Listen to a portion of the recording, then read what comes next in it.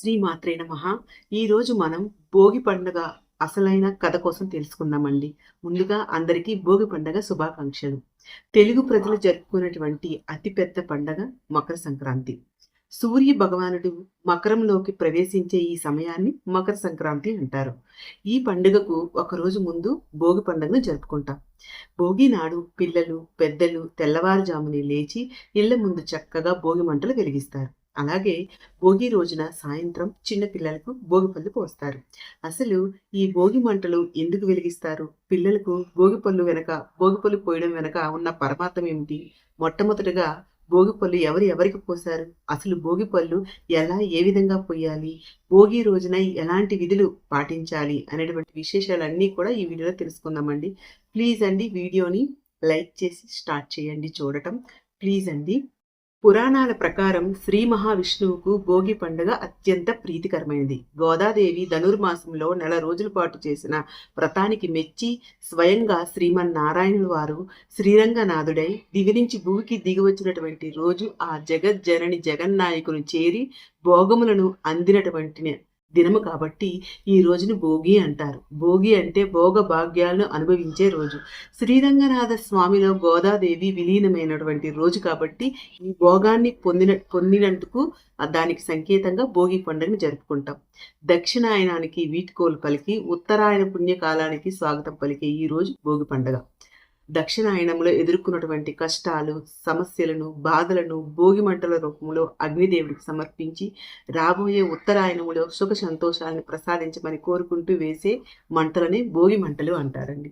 భోగి రోజున తెల్లవారుజామున నిద్ర లేవాలి. అంటే 3:30 నుండి 4 గంటల మధ్యలో లేవాలంటండి.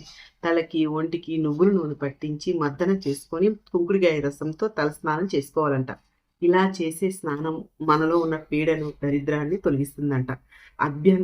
మంగళ స్నానం చేసిన పినట, అంటే అభ్యంగన స్నానం చేసిన పినట భగవాన్ నామస్మరణంతో భోగి మంటలు వేయాలి. ఉత్తరాయణ పుణ్యకాలానికి స్వాగతం పలుకుతూ చక్కగా ఐశ్వర్య సిద్ధి కోసం వేసే మంటలే ఈ భోగి మంటలు.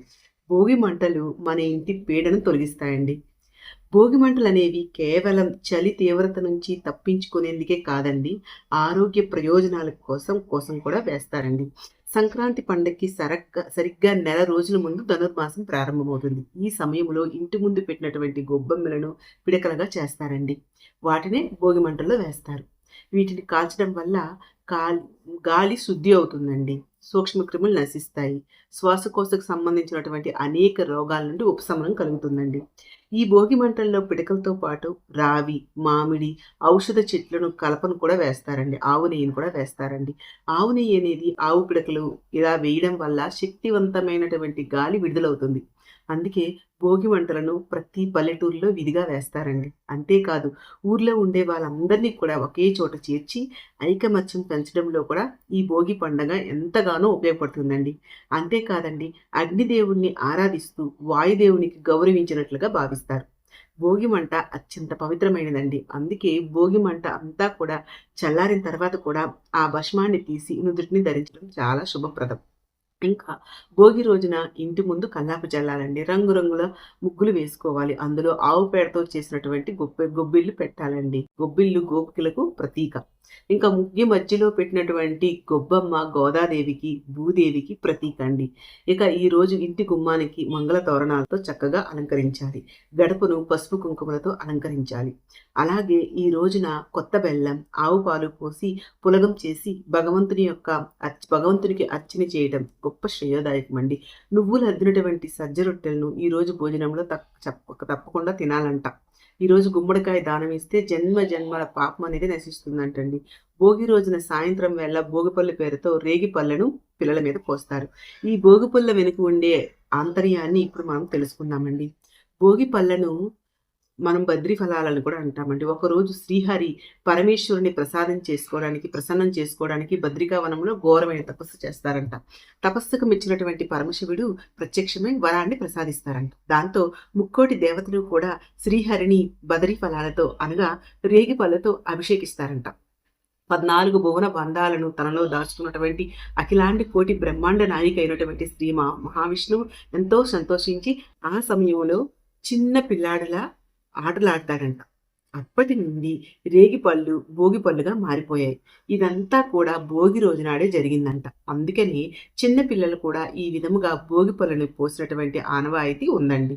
ఇంకా మరో కథనం ప్రకారం సాక్షాత్తు ఆ నరనారాయణులు ఈ బదరీ వృక్షం వద్ద ఆశ్రమాన్ని ఏర్పాటు చేసుకున్నారని, ఆ ఫలాన్ని తింటూ తపస్సు సాగించారని, వారి తలల మీద దేవతలు బదరీ ఫలాలను కురిపించారని చెప్పబడింది. ఆ యొక్క నాట్య సంఘటనకు ప్రతీకగా పిల్లలను నారాయణుగా భావించి పిల్లలకు భోగిపళ్ళు పోస్తారంట. ఇటువంటి సాంప్రదాయాన్ని కొనసాగిస్తూ వచ్చారంట. ఈ విధంగా చేయడం వల్ల ముక్కోటి దేవతల ఆశీర్వాదాలు లభించి ఎలాంటి అనారోగ్య సమస్యలు రాకుండా ఉంటాయని పిల్లలకు భోగిపళ్ళు పోస్తారండి. ఇక భోగిపళ్ళు చిన్న పిల్లలకి తలపై పోయడం వల్ల శ్రీహరి దివ్య ఆశీస్సులు కూడా లభిస్తాయండి. చెడు దృష్టి తొలగిపోతుంది. తల పై భాగంలో బ్రహ్మ ఒక నాడి ఉంటుందండి, బ్రహ్మనాడి. దాన్ని భోగిపళ్ళు పోసి ప్రేరేపించడం వల్ల పిల్లలకి జ్ఞానం పెరుగుతుందంట. చిన్న పిల్లలకు ఆ బ్రహ్మరంధ్రం అనేది పలుచగా ఉంటుంది. రేగిపండు పైన పొర కూడా పలుచగా ఉంటుంది. ఈ రేగి పళ్ళకు రోగ నిరోధక శక్తి ఇచ్చే పోషక విలువలు కూడా అధికంగా ఉంటాయండి. భోగిపళ్ళును పోసే సమయంలో రేగి పళ్ళ నుండి వచ్చే వాయువు పిల్లల తలపైన బ్రహ్మరంధ్రానికి గొప్ప శక్తిని ఇస్తుందంట. ఎటువంటి పరిస్థితిలోనైనా ఎటువంటి పరిస్థితినైనా ఎదుర్కొన్నటువంటి శక్తి పిల్లలకు రావాలనే ఉద్దేశంతో రేగిపళ్ళను పోస్తారంట.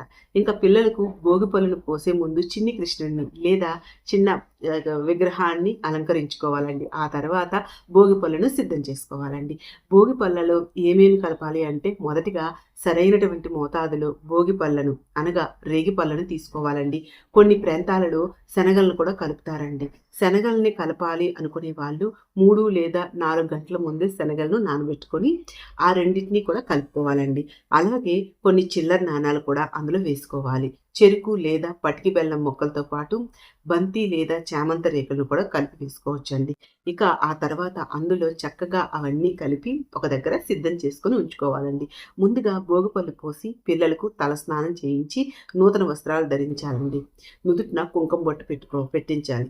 దేవతామూర్తులకు దండం పెట్టించాలి. ఆ తర్వాత పిల్లల్ని తూర్పు ముఖంగా కూర్చోబెట్టి పీట మీద కానీ కుర్చీ పైన కానీ కూర్చోబెట్టాలండి. ఇప్పుడు ముందుగా పిల్లలకి భోగిపళ్ళును వేసే ముందు కృష్ణ భగవాన్ని ప్రతిమను కానీ లేదా పటం ముందు కానీ దీపం వెలిగించి కృష్ణుడికి హారతి పట్టాలి. ఆ తర్వాత పిల్లలకి అద్దాలి. పిల్లలకి భోగిపళ్ళు పొయ్యాలి.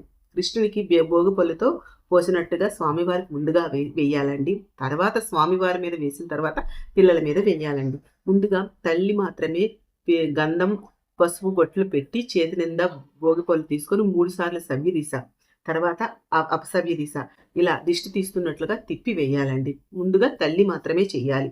తర్వాత అక్షింతలు వేసి హారతి ఇవ్వాలి. భోగిపళ్ళు పోసేటప్పుడు ఓం నమో భగవతే వాసుదేవాయ నమః అనే ఈ మంత్రాన్ని తప్పకుండా పఠించాలండి. ఆ తర్వాత ఇంట్లో ఉన్నటువంటి మిగతా పెద్దవాళ్ళందరూ కూడా ఈ విధంగా పోయాలండి. పెద్ద ముత్తైదులను పిలిచి పిల్లలకి భోగిపళ్ళను పోయించాలండి. పిల్లలను ఆశీర్వదిస్తూ ఎవరైనా కానీ ఈ భోగిపళ్ళను పోయొచ్చండి. ఇంటికి వచ్చినటువంటి ముత్తైదువులకు తాంబూలాదులు ఇచ్చి పంపించాలండి. దిష్టి తీసినటువంటి ఆ పళ్ళు గనక తినడానికి అస్సలు పనికిరావండి. ఆ పండ్లను ఎవరు తొక్కని చోట కానీ ప్రవహించేటువంటి నదిలో కానీ వెయ్యాలండి. అందులో ఉన్నటువంటి నాణాలను పేదవాళ్ళకి పంచిపెట్టాలండి. మొదటిసారి పిల్లలకు భోగిపళ్ళు పోసినట్లయితే ఆ పిల్లల వయస్సు బేసి సంఖ్యలో ఉన్నప్పుడు మాత్రమే మొదలు పెట్టాలండి. ఇది ఆనవాయితీ లేని వాళ్ళు కూడా చక్కగా వేసుకోవచ్చండి. సంతాన ప్రాప్తికై నూతన దంపతులు చిన్ని కృష్ణుడికి భోగిపళ్ళు పోసి పూజ చేసి సంతానం ప్రసాదించమంటూ కోరుకుంటారండి. అలా చేస్తే ఆ యొక్క శ్రీమన్నారాయణుల వారి యొక్క అనుగ్రహం లభిస్తుందనేది విశ్వాసం అండి. పిల్లలకు భోగిపళ్ళు పేరుతో రేగిపళ్ళను ఎందుకు పోస్తారు అంటే, రేగి పండును అర్కఫలం అని కూడా అంటారండి. అర్కుడు అంటే సూర్యుడు. భోగి మరుసటి రోజు నుండి సూర్యుడు ఉత్తరాయణం వరకు మలుతాడు. అందువల్ల సూర్యనారాయణ వాటికి కరుణా కటాక్షాలు పిల్లలపై ఉండాలని పిల్లలకు భోగిపళ్ళు పోస్తారండి. రేగిపళ్ళతో పాటుగా బంతిపూల రెక్కలను కూడా వాడడం వలన పిల్లల చుట్టుపక్కల ఉండేటువంటి క్రిములు కూడా నశిస్తాయండి. ఎందుకంటే బంతిపూలకు ఉన్నటువంటి ప్రాథమిక లక్షణం క్రిములను చంపేయడం. చర్మ సంబంధమైనటువంటి వ్యాధుల నుండి కూడా ఉపశమనం కలిగించినటువంటి లక్షణం బంతిపూలకు ఉందండి. ముఖ్యంగా రేగిపండు సూర్యకిరణాల్లో ఉన్నటువంటి ప్రాణశక్తిని అధికంగా గ్రహించి తమలోనే నిల్వ ఉంచుకుంటాయి. కాబట్టి వీటిని తలపై పోయటం వల్ల వాటిలో ఉన్నటువంటి విద్యుత్ శక్తి పిల్లల ఆరోగ్యంపై అలాగే శరీరంపై ప్రభావాన్ని చూపి సత్ఫలితాలను ఇస్తాయండి. అందుకే రేగిపళ్ళను తప్పకుండా పిల్లల తలపై పొయ్యాలని సూచిస్తూ ఉంటారు. భోగి రోజున వైష్ణవాలయాల్లో జరిగినటువంటి గోదా రంగనాథుల వారి కళ్యాణం తప్పకుండా వీక్షించాలండి మీకు వీలైతే. గోదాదేవి శ్రీరంగనాథునిలో ఐక్యమైనటువంటి ఆ వేడుక చూసిన అవివాహితులకు కళ్యాణం కూడా, పెళ్లి కాని వాళ్ళకి కళ్యాణ యోగం కూడా జరుగుతుందండి. ఈ గోదా కళ్యాణం, మనకి గోదా రంగనాథుడి యొక్క కళ్యాణం ఇప్పుడు మనం చూద్దామండి కథ ఏంటి అనేది. ఒకనాడు లక్ష్మీనారాయణులకు భూలోక విహారం చెయ్యాలనిపించి వారి వాహనమైనటువంటి గరుత్మంతుడిని సిద్ధం కమ్మంటారు. అలా ఆజ్ఞాపిస్తారు. గరుత్మంతుడు లక్ష్మీనారాయణ యొక్క అంటే వారి యొక్క స్వామి అమ్మవారుల్ని చక్కగా వీపుపై ఎక్కించుకొని భూలోక విహారానికి తీసుకొని వెళ్ళగా అక్కడ ప్రకృతిని చూసి ఎంతో పులకరించిపోయి పారవశ్యంలో మునిగిపోయినటువంటి లక్ష్మీనారాయణులు ఆనందంతో నిండినటువంటి హృదయాలతో, గరుత్మంతా, ఈరోజు ఈ ప్రకృతిని చూసిన మా మనస్సు ఎంతో ఆనందభరితమైనది. చూడు గరుత్మంతా, ఎప్పుడూ కూడా నీవు మా సేవలో తరించడమే గాని మమ్మల్ని ఒక్కసారి కూడా నోరు తెరిచి ఏ కోరికను కోరలేదు కదా. ఈరోజు ఇవి ఏది కోరినా అది ఖచ్చితంగా నెరవేరుస్తాను, ఏదైనా కోరుకో అని పలికారు లక్ష్మీనారాయణుడు. దానికి గరుత్మంతుడు, స్వామి, ఎప్పుడూ కూడా మీ సేవలోనే తరించాలి, అదే నా కోరిక అంటాడు. దానికి లక్ష్మీనారాయణుడు, నువ్వు చేస్తున్నటువంటి ఈ సేవకు మేము ఏదైనా కానీ ప్రతిఫలంగా ఇవ్వాలనుకుంటున్నాం, ఏదైనా కానీ సంకోచించకుండా కోరుకో అని అంటారు. దానికి గరుత్మంతుడు, స్వామి, నీవు అలాగే నా తల్లి అయినటువంటి లక్ష్మీదేవిని ఎప్పుడూ కూడా విడవకుండా నీతోనే ఉంచుకుంటాం. ఎందుకంటే మీ ఇద్దరికీ కూడా వివాహం అనే బంధం ఉంది కాబట్టి. అలాగే నేను కూడా మీతో పాటే బంధాన్ని ఏర్పరచుకొని మీతో శాశ్వతంగా ఉండిపోయి మీ సేవలోనే తరించాలి, అదే నా కోరిక. కాబట్టి మీతో నాకంటూ ఒక బంధం ఏర్పడాలి స్వామి. దానికి నీవు నాకు అల్లుడిగా, నేను నీకు మామగారిగా, మన ఇద్దరి మధ్య ఒక బంధం ఏర్పరిచి నా జన్మను ధన్యం చేయి స్వామి అని అంటాడు. ఎంతో వినయంగా అడుగుతాడు గరుత్మంతుడు. దానికి శ్రీహరి చిరునవ్వు నవ్వి, గరుత్మంతా, ఎప్పుడూ కూడా నా సేవలో తరించే నీ కోరికతో నువ్వు నా మరింత దగ్గరగా చేసుకున్నావు. నీ కోరిక తప్పనిసరిగా నెరవేరుతుంది. నీవు వైష్ణవు బ్రాహ్మణుడిగా పుట్టి ఆల్వార్ పరంపరలో నువ్వు పెరియాల వారిగా గొప్పగా కీర్తింపబడతావు. అంతేకాకుండా సాక్షాత్తు భూదేవి నీ కూతురుగా అవతరిస్తుంది. అలా అవతరించినటువంటి భూదేవిని నాకిచ్చి వివాహం చేసి నీవు నా మామగారిగా నాతో బంధం ఏర్పరచుకొని నా సేవ చేసుకుందువుగాక అంటూ శ్రీ మహావిష్ణువు గరుత్మంతుడికి వరమిస్తాడు. ఇక ఆ విధంగా ధన్యుని స్వామి అని చెప్పి హఠాత్తుగా గరుత్మంతుడు సెలవు తీసుకుంటాడు. తమిళనాడులోని శ్రీవిల్లిపుత్తూరు అనే గ్రామంలో వటపత్ర సాయి రూపంలో దర్శనమిస్తున్నటువంటి శ్రీ మహావిష్ణువు యొక్క దేవాలయం ఉందండి. ఆ ఆలయ పూజారి అయినటువంటి ముకుందాచార్యులు పద్మా దంపతులకు గరుత్మంతుడు కుమారుడుగా జన్మించి విష్ణుచిత్తుడు అనేటువంటి పేరుతో ప్రఖ్యాతిగాంచాడు. విష్ణుచిత్తుడు అంటే శ్రీ మహావిష్ణువు యొక్క వాహనమైనటువంటి గరుత్మంతుల వారు. శ్రీ మహావిష్ణువు గురించి ఎప్పుడూ కూడా ఆలోచిస్తూ ఉండేవాడు అని అర్థమండి. విష్ణుచిత్తుడు అంటే విష్ణుచిత్తుడు నిరంతరం కూడా శ్రీ మహావిష్ణువు యొక్క సేవలో ఉండేవాడు. విష్ణుచిత్తుడు అసలు పేరు భట్టనాథుడు. నిరంతరం ఆయన చిత్తం విష్ణుమూర్తి మీదే ఉండేది కాబట్టి అందరూ కూడా ఆయన్ని విష్ణుచిత్తుడు అని పిలిచేవారు. ఇక విష్ణుచిత్తుడు ఎప్పుడూ కూడా స్వామివారినే ధ్యానిస్తూ స్వామివారికే సేవ చేస్తూ ఉండేవాడు. స్వామివారికి పూలమాలతో కైంకర్యం చేయాలనే ఆలోచనతో వెంటనే అక్కడ ఉన్న స్థలములో పూల తోటను, ఒక తులసి వనాన్ని పెంచాలని నిర్ణయం చేసుకొని వెంటనే పనిని ప్రారంభిస్తాడు. బాగా కష్టపడి పూల తోటను, తులసి వనాన్ని అభివృద్ధి చేస్తాడు. పూసినటువంటి పుష్పాలను తులసితో చేర్చి చక్కగా మాలికలల్లి రకరకాల పుష్పమాలలు కట్టేవాడు. ఆ పుష్పమాలలు స్వామికి సమర్పించి ఆ పూలమాలల్లో స్వామి అందాన్ని చూస్తూ పొంగిపోతూ మురిసిపోతూ తరించేవాడంట. అలా విష్ణుచిత్తుల వారు నిత్యము కూడా పరమభక్తితో తాను అభివృద్ధి చేసినటువంటి ఉద్యానవనము నుండి పుష్పమును తెచ్చి మాలికలెల్లి స్వామివారికి పుష్పాలంకరణ చేస్తూ నిరాడంబరమైనటువంటి జీవితాన్ని గడుపుతూ ఉండేవాడంట. ఒకనాడు ఎప్పటిలాగానే తన తోటలో ఉన్నటువంటి తులసి దళాలను సేకరించడానికే విష్ణుచిత్తుల వారు తులసి తోటకి వెళ్తారంట. అలా తులసి తోటలో తులసి మొక్క కింద అందమైనటువంటి చిరునవ్వులు చిందిస్తూ కాళ్ళు చేతులు ఆడిస్తూ దేదీప్యమైనటువంటి కాంతితో భూదేవి అవతారమైనటువంటి గోదాదేవి తులసి వనంలో కనిపిస్తుందంట. అలా తులసి వనములో చక్కగా కర్కాటక మాసం పూర్వ పాల్గొని నక్షత్రంలో ఆషాఢ శుద్ధ చతుర్దశి నాడు అందంగా ముద్దులొలికినటువంటి పసిపాపగా విష్ణు చిత్తుల వారికి కనిపిస్తుందంట. అంతటి అందమైనటువంటి ఆ బిడ్డను తోటలో చూసినటువంటి విష్ణు చిత్తుల వారు ఆశ్చర్యం, ఆనందం అన్నీ కలగొలిపి ఆ పాపని చూస్తూ ఉంటాడంట. ఎవరు ఈ పాప? ఇంత దేదీప్యమైనటువంటి కాంతితో ఇక్కడ ఉందేంటి? ఇంత కాంతి పుంజం ఇక్కడ అసలు ఎలా ప్రభవించింది? ఈ పసిపాప చుట్టూ కూడా ఎలా ఇంతటి కాంతి విజృంభిస్తూ వస్తుంది? ఇంతటి అందమైనటువంటి పసిపాపను అసలు ఎవరు ఈ తోటలో వదిలిపెట్టి వెళ్ళిపోయారా అంటూ ఆశ్చర్యంతో చూస్తూ ఆ పసిపాపను ఎత్తుకొని తన గుండెలకు హత్తుకోగా ఒక విచిత్రమైనటువంటి అనుభూతి కలుగుతుందంట. ఈ పసిపాపను భగవంతుడు ఇక్కడ పెట్టి ఉంటారని చెప్పి విష్ణు చిత్తుల వారు ఆమె ఇంటికి తీసుకొని వెళ్ళిపోతారంట. ఇలా తీసుకొని వెళ్ళిన తర్వాత ఆమెకు చక్కగా గోదా అని నామకరణం చేసి గారాబంగా పెంచుకోవడం ప్రారంభిస్తారంట. గోదాయ్ అంటే తులసి మాల అని అర్థం. తులసి తోటలో దొరికింది కాబట్టి దాని కూతురు తులసి వంటి పవిత్రమైనదాన్ని ఆ పేరుతో పిలిచేవారంట. గోదై నామం క్రమంగా గోదాగా పరిణామం చెందిందంట. గో అంటే భూమి, దా అంటే ఇవ్వబడింది, గోదా అంటే భూమి చేత ఇవ్వబడింది అని అర్థం. ఇక గోదాదేవి దినదిన ప్రవర్ధమానమవుతూ అందరినీ కూడా సంతోషపెడుతూ చిన్నప్పటి నుంచి కూడా తండ్రి దగ్గర ఎంతో అంగరంగ వైభవంగా పెరగడమే కాకుండా శ్రీ మహావిష్ణువు యొక్క సేవలోనే ఉండేదంట.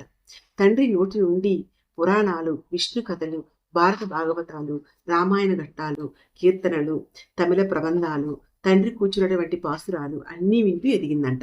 ఇక తండ్రి భాగవతం చెప్తున్నప్పుడల్లా శ్రీకృష్ణుణ్ణి తన యొక్క ప్రియుడని, తాను గోపికనని ఊహించుకుంటూ ఉండేదంట గోదాదేవి. ఇక ఆమెకు యుక్త వయసు రాగానే శ్రీకృష్ణుడే తన భర్త అని చెప్పి గోదాదేవి నమ్మడం మొదలుపెట్టిందంట. శ్రీకృష్ణుని విగ్రహం పూజను కథలో పెట్టుకొని శ్రీకృష్ణుడికి పూజ చేస్తూ శ్రీకృష్ణుడు మాట్లాడుతున్నట్లు, నవ్వుతున్నట్లు, ఆడుకుంటున్నట్లు, రాసలీలలో తేలి ఆడుతున్నట్లు అలా ఊహించుకుంటూ మురిసిపోతూ ఉండేదంట. ఎప్పుడూ కూడా శ్రీకృష్ణుడి యొక్క ధ్యాసలోనే కాలం గడుపుతూ ఉండేదంట గోదాదేవి.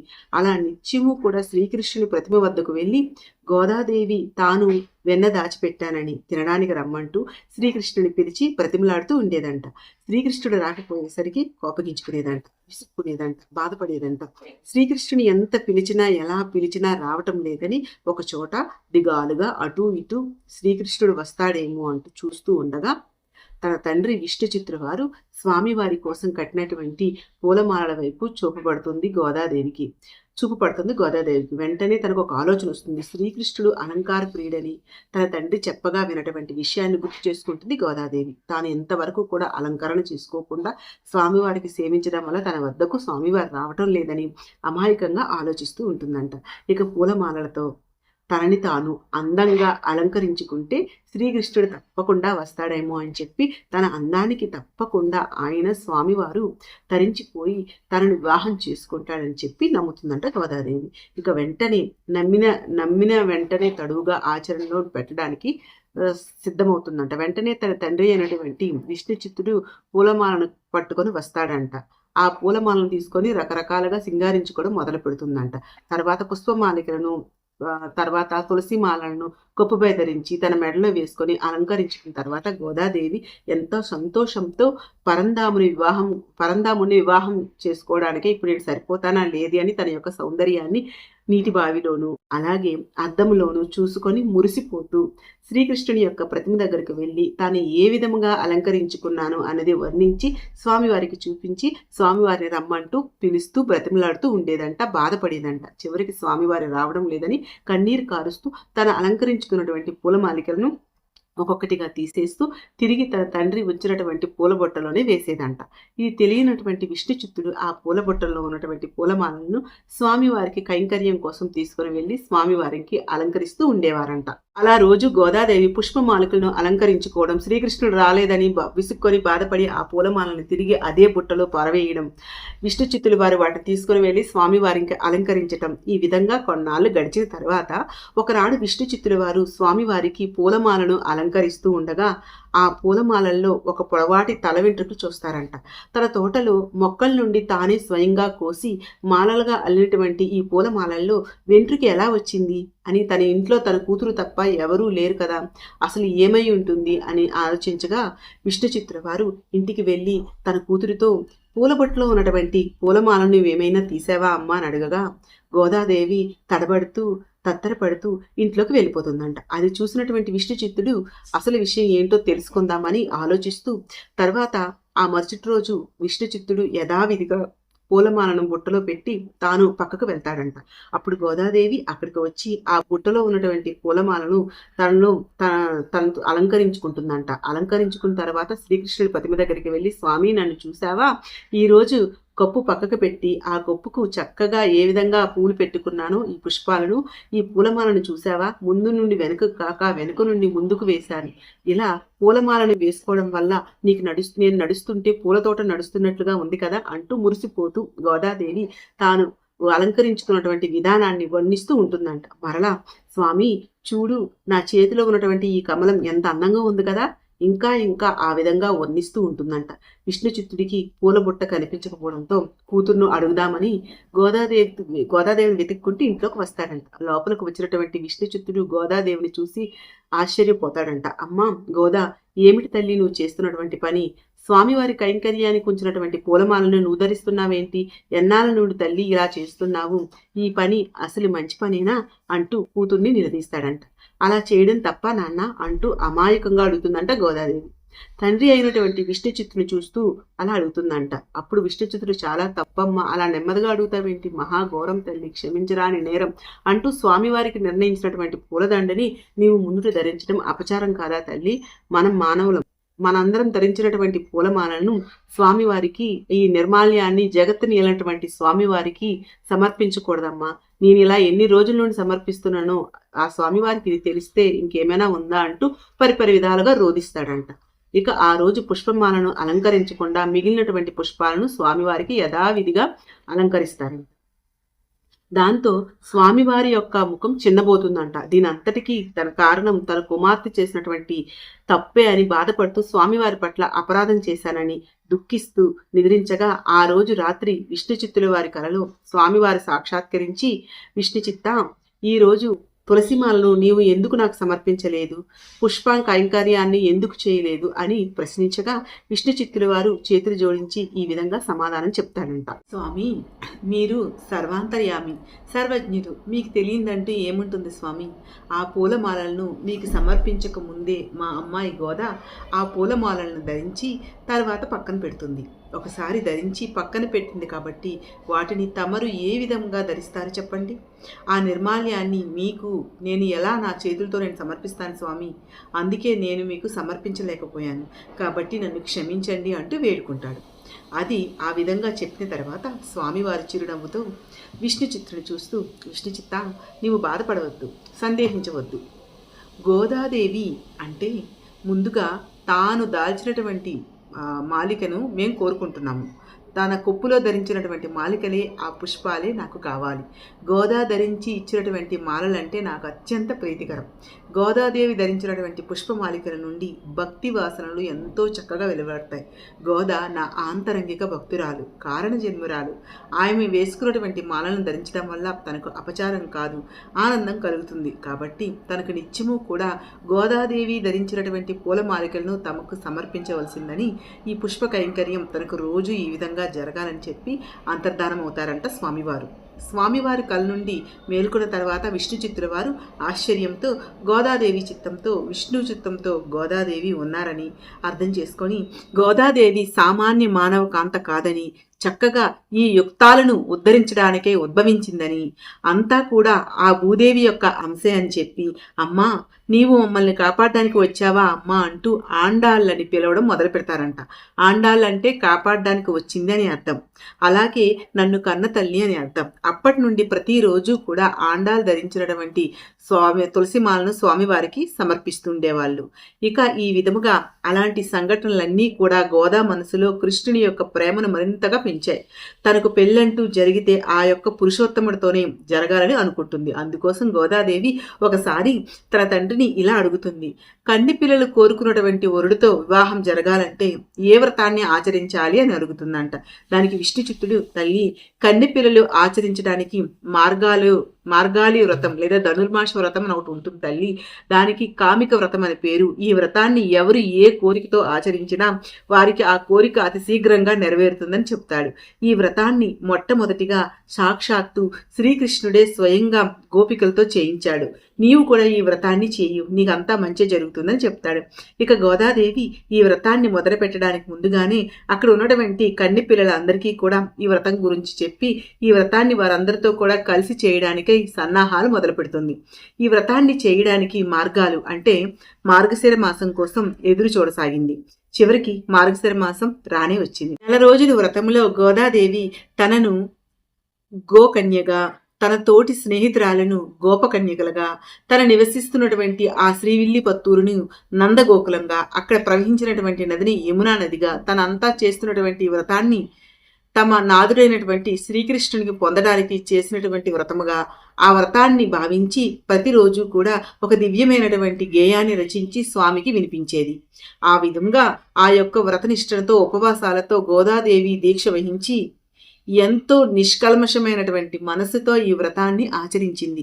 ఈ వ్రతాన్ని ఆచరించినటువంటి 30 రోజుల్లోనే గోదాదేవి శ్రీకృష్ణుణ్ణి తన దగ్గరకు రమ్మంటూ తాను రాకపోతే నిద్రపోనని, జుట్టు దువ్వుకోనని, జడ వేసుకోనని, కళ్ళకు కాటుకు దిద్దుకోనని, రకరకాల తిలకాలను తీర్చిదిద్దుకోనని, పాలు, పెరుగు, వెన్న, నెయ్యి, మీగడ నీ కోసం దాచిపెట్టనని, అవి తినడానికే దాచిపెట్టానని, అవి తినడానికైనా రమ్మని, నువ్వు స్వీకరించకపోతే నేను కూడా వీటిని ముట్టుకోనని శ్రీకృష్ణుడిని బతివాడుతూ ఉండేదంట. తను రాకపోయేసరికి కోపగించుకునేదంట, విసుక్కునేదంట.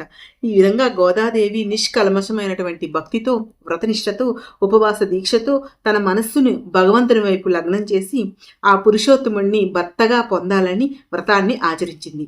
ఈ వ్రతాన్ని ఆచరించినటువంటి 30 రోజులు కూడా వేద సారాంశాన్ని అంతటినీ కూడా తిరుప్పావై అనే పేరుతో ఒక్కొక్క రోజు ఒక్కొక్క పాసురాన్ని అంటే ఒక్కొక్క కీర్తనను శ్రీకృష్ణుని కోసం 30 రోజులు గానం చేసిందంట. ద్రవిడ భాషలో తిరు అంటే పవిత్రమైనది అని అర్థం, పావై అంటే వ్రతము అని అర్థం, తిరుప్పావై అంటే పవిత్రమైన వ్రతము అని అర్థం. ఎట్టకేలకు గోదాదేవి ప్రేమకు ఆ పరంధాముడు లొంగక తప్పలేదండి. తానే స్వయంగా విష్ణు చిత్తుల వారికి స్వప్నంలో సాక్షాత్కరించి, విష్ణు చిత్త, నీ కుమార్తె సామాన్యమైనటువంటి మానవకాంత కాదు, సాక్షాత్తు భూదేవి అంశ, అలాగే నీకు గరుత్మంతుని అంశ. రేపే మార్గాని వ్రతం ఆఖరి రోజు. నీవు నీ కుమార్తెని గోదాని పెళ్లికూతుర్ని చేసి ఊరేగింపుగా శ్రీరంగానికి తీసుకునిరా. అక్కడ నేను నీ కుమార్తెను పాణిగ్రహణం చేసుకుంటాను. వివాహ మహోత్సవాలు నా ఆదేశం మేరకు తగినటువంటి సామాగ్రి తీసుకొని పాండ్య మహారాజు చేత ధ్వజ చామరాలతో రత్నాలతో అలంకరింపబడినటువంటి మంచి పల్లకిలో మిమ్మల్ని స్వాగతిస్తారు. ఆ విధంగా పలికి స్వామివారు అంతర్ధానం అవుతారు.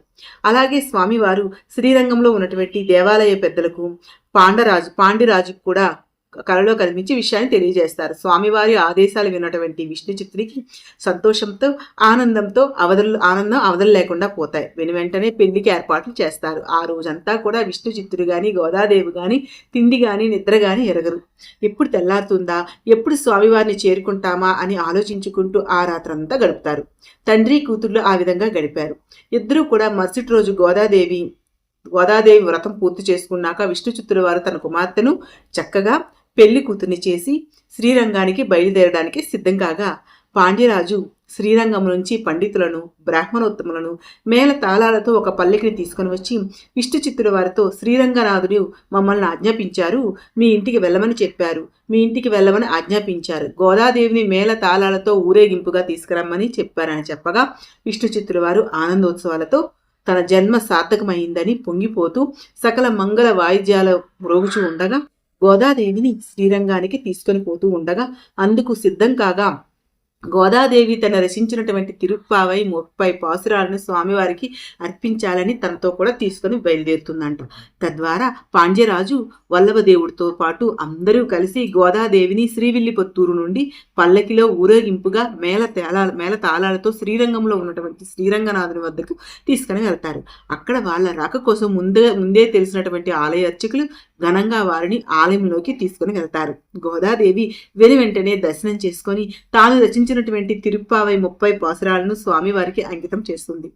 శ్రీరంగనాథుడికి గోదాదేవికి వివాహం అని తెలుసుకున్నటువంటి చుట్టుప్రక్కన ఊళ్ళో ఉన్న వాళ్ళందరూ కూడా రకరకాలుగా మాట్లాడుకుంటూ ఏం జరుగుతుందో చూడాలని కుతూహలంతో గుంపులుగా రంగనాథుని ఆలయంలో తండోపతండాలుగా వచ్చి నిలబడతారు. పండితులు స్వామివారికి గోదాదేవికి శాస్త్రోక్తంగా కళ్యాణం జరిపిస్తారు. ఇక ఆ రోజే భోగి.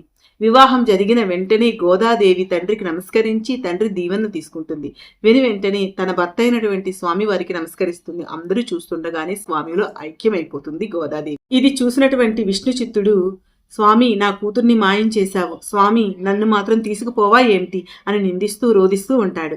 అలా రోధిస్తున్నటువంటి విష్ణు చిత్తును చూచి జాలిపడినటువంటి స్వామివారు, విష్ణు చిత్త ఎందుకు అలా ఏడుస్తున్నావు, నువ్వు కోరిందే కదా నేను చేశాను అంటూ విష్ణు చిత్తుని అడుగుతాడు. దానికి విష్ణు చిత్తుడు, స్వామి నా కూతుర్ని నా నుండి దూరం చేశావు అంటూ రోధిస్తాడు. అప్పుడు స్వామివారు, చింతించవద్దు విష్ణు చిత్త, నీవు మానవ రూపంలో ఉన్నావు కనుక నీవింకా ఆ యొక్క బంధాల వేహము నుండి బయటపడలేకపోతున్నావు. ఒకసారి నీ వృత్తాంతాన్ని గుర్తు చేసుకో అంటూ తన వృత్తాంతాన్ని గుర్తు చేస్తాడు స్వామివారు. తన వృత్తాంతాన్ని గుర్తు తెచ్చుకున్నటువంటి విష్ణు చిత్తుడు వెంటనే, స్వామి నన్ను క్షమించు, నేను ఈ నోటితో నిందించినందుకు నన్ను మన్నించు స్వామి అని పరిపరి విధాలుగా ప్రాధేయపెడతాడు. దానికి శ్రీ మహావిష్ణువు చిరునవ్వు నవ్వి, చింతించవద్దు విష్ణు చిత్త, నీవిప్పుడు నా మామగారివి కదా, నీవు కూతురి మీద ఉన్నటువంటి ప్రేమతో నన్ను ఎంతైనా నిందించవచ్చు, నువ్వు నిందిస్తే నేను పడక తప్పదు కదయ్యా అని చిద్విలాసంగా సమాధానం ఇస్తాడంట. దానికి విష్ణు చిత్తుడు, స్వామి మీరు నన్ను పరిశీలించింది చాలు, నీ సేవలో నన్ను తరింపరివ్వండి, నన్ను మీలో ఇంకా ఐక్యం చేసుకోండి అని కోరగా శ్రీహరి అలాగే అంటూ విష్ణు చిత్తుని కూడా తనలో ఐక్యం చేసుకుంటాడు. ఈ విధంగా గోదా అమ్మవారు అమితమైనటువంటి ప్రేమతో కృష్ణ ప్రేమలో ఐక్యమై ఆ స్వామిని తన భర్తగా తలిచి చక్కగా తిరుప్పావైని రచించి ఒక్కొక్క పాసురములో తన యొక్క కృష్ణ ప్రేమను భక్తిని చాటి చెప్పి ఆ పరంధామునుడైనటువంటి కృష్ణుణ్ణి తన పొంది మనల్ని కూడా ఉద్ధరించేందుకై మార్గదర్శిగా నిలిచింది అమ్మవారు. గోదాదేవి యొక్క వ్రతాచరణ సమయంలో రచించినటువంటి ఈ తిరుప్పావై చాలా ప్రసిద్ధి చెందింది. దీన్ని ధనుర్మాసములో ప్రతిరోజు రోజుకొకటి తప్పున ఒక పాసురం చొప్పున వైష్ణవాలయంలో పఠించడం చేస్తూ ఉంటారండి. ఇక ధనుర్మాసంలో 30 రోజుల పాటు గోదాదేవి వ్రతాచరణ చేస్తే తాను మెచ్చినటువంటి గుణవంతుడైనటువంటి ఒక వరుడు లభిస్తాడని పురాణాలు చెబుతున్నాయి. ఇలా శ్రీ గోదాదేవి కళ్యాణం చూసినా, కథ విన్నా, వినిపించినా, చదివినా సకల శుభాలు కలుగుతాయండి. కృష్ణుని యొక్క సకల అనుగ్రహం లభిస్తుందండి. ఓం శ్రీ గోదాదేవి నమః. ఓం నమో నారాయణాయ. ప్లీజ్ అండి లైక్ చేయండి నా వీడియో.